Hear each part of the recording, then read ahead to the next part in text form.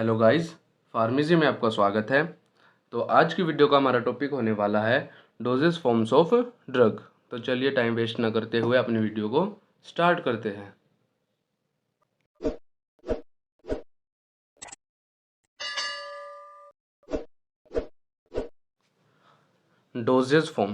Dosage forms are pharmaceutical drug product in the form in which they are marketed for use. They generally known as medicines.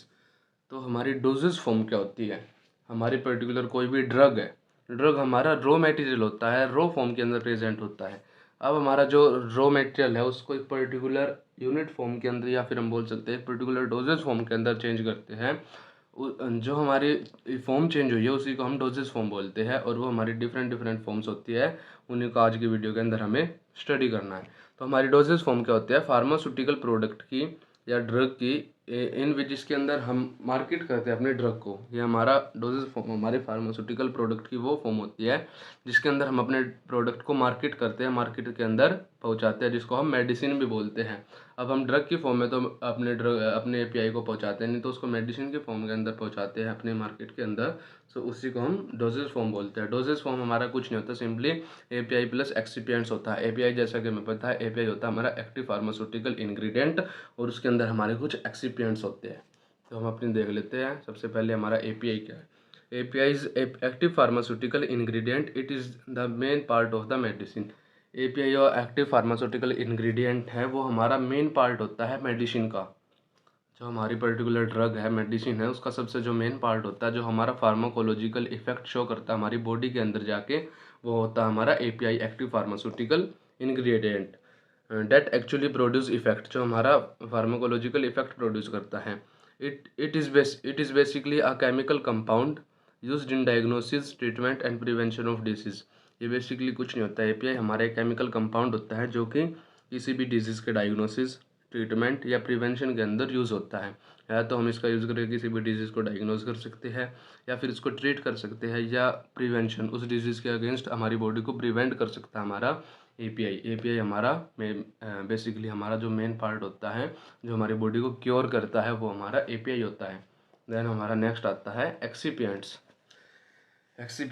They are inert pharmaceutical ingredients. Excipients हमारे inert pharmaceutical ingredients होते हैं जो कि हमारी medicine के अंदर present होते हैं। इनर्ट का मतलब है ये हमारा कोई भी फार्माकोलॉजिकल इफेक्ट प्रोड्यूस नहीं करते हमारी बॉडी के अंदर, ये हमारे इनर्ट होते हैं। इट डज नॉट इंक्रीज और decrease the therapeutic effect of the API. ये हमारा जो एपीआई होता है उसके थेरेपेटिक इफेक्ट को ना ही इंक्रीज करता है और ना ही डिक्रीज करता है। और ये हमारे फॉर्मुलेशन के अंदर यूज़ किए जाते हैं। एग्जाम्पल हमारा प्रिजर्वेटिव्स हो गया, फ्लेवरिंग एजेंट हो गया, स्वीटनिंग एजेंट हो गया, एक्सेट्रा। इनका भी हमारा पर्टिकुलर यूज़ होता है एक्सिपिएंट्स का। इनके बिना हमारी जो डोजेज फॉर्म है वो फॉर्म नहीं हो सकती। एक्सिपिएंट्स को हम यूज़ करते हैं, ये हमारे इनर्ट होते हैं। इनका वैसे तो हमारा कोई थेरापेटिक इफेक्ट नहीं होता, लेकिन इनके बिना हम मेडिसिन को प्रिपेयर नहीं कर सकते। ये भी हमारा बहुत इंपॉर्टेंट पार्ट होता है मेडिसिन का। अब हम देखते हैं हमारी डोजेज फॉर्म की ज़रूरत क्यों पड़ी, नीड क्या है हमारी डोजेज फॉर्म बनाने की। To provide accurate dose. सबसे पहले हमारी जो नीड है डोजेज फॉर्म, हमारा बल्क के अंदर, रॉ मटेरियल के अंदर हमारी कोई भी एपीआई प्रेजेंट है, तो उसकी हम क्वांटिटी हमें उसके नहीं पता, उसकी एक्यूरेट डोज नहीं पता। हम यदि उसको किसी को भी दे देंगे, उसके एक्यूरेट डोज नहीं पता, तो हमारी सबसे पहली जो ज़रूरत है किसी भी डोजेज फॉर्म को बनाने की, वो है एक्यूरेट डोज, एक्यूरेट क्वांटिटी देने की। देन आगे हमारा प्रोटेक्शन फ्रॉम एटमोसफेयर। कुछ हमारी ड्रग होती है वो हाइग्रोस्कोपिक डाइल्यूसिकेंट होती है, मीन्स हमारी वो एटमोसफेयर के साथ कांटेक्ट के बाद उसके अंदर से मॉइस्चर को एब्जॉर्व कर लेती है, या फिर अपने नेचर को अल्टर कर लेती है, वो हमारी रिएक्टिव होती है। तो वो एटमोसफेयर से बचाने के लिए हमारी डोजेज फॉर्म की ज़रूरत होती है। Masking taste and colour. Masking taste means हमारा जनरली जो हमारी ड्रग्स होती है वो बीटर टेस्ट की होती है, बहुत कड़वी होती है। तो उसके टेस्ट को मास्क करने के लिए, उसके टेस्ट को मास्क मीन्स जैसे हमारे सिरप्स होते हैं वो हमारे मीठे होते हैं, लेकिन उसके अंदर जो एपीआई होती है वो बहुत बीटर टेस्ट की होती है। तो उसके टेस्ट को हमारा स्वीटनिंग एजेंट के साथ मास्क कर दिया जाता है। तो हमारी टेस्ट को मास्क करने के लिए और कलर को मास्क करने के लिए हमारा डोजेज फॉर्म की रिक्वायरमेंट होती है। फॉर अनकॉन्शियस पेशेंट, और हमारा सबसे ज़रूरी है अनकॉन्शियस पेशेंट के अंदर, अनकॉन्शियस पेशेंट के लिए हमारी डोजेज फॉर्म ज़रूरत है। इसका एग्जांपल से समझते हैं अनकॉन्शियस पेशेंट के लिए कैसे ज़रूरी है। जैसे हमारा कोई भी अनकॉन्शियस का मीन्स है हमारा जो पेशेंट है वो अपने होश के अंदर नहीं है, मीन्स वो यदि हम उसको एपीआई है मीन्स हमारा पाउडर फॉर्म में लगा लो, जैसे मान लो पाउडर फॉर्म के अंदर हम उसको मेडिसिन देंगे तो वो तो अनकॉन्शियस है, तो वो ड्रग को कंज्यूम नहीं कर पाएगा। तो अनकॉन्शियस पेशेंट के लिए हम इंजेक्शन देंगे। इंजेक्शन हमारी डोजेस फॉर्म है।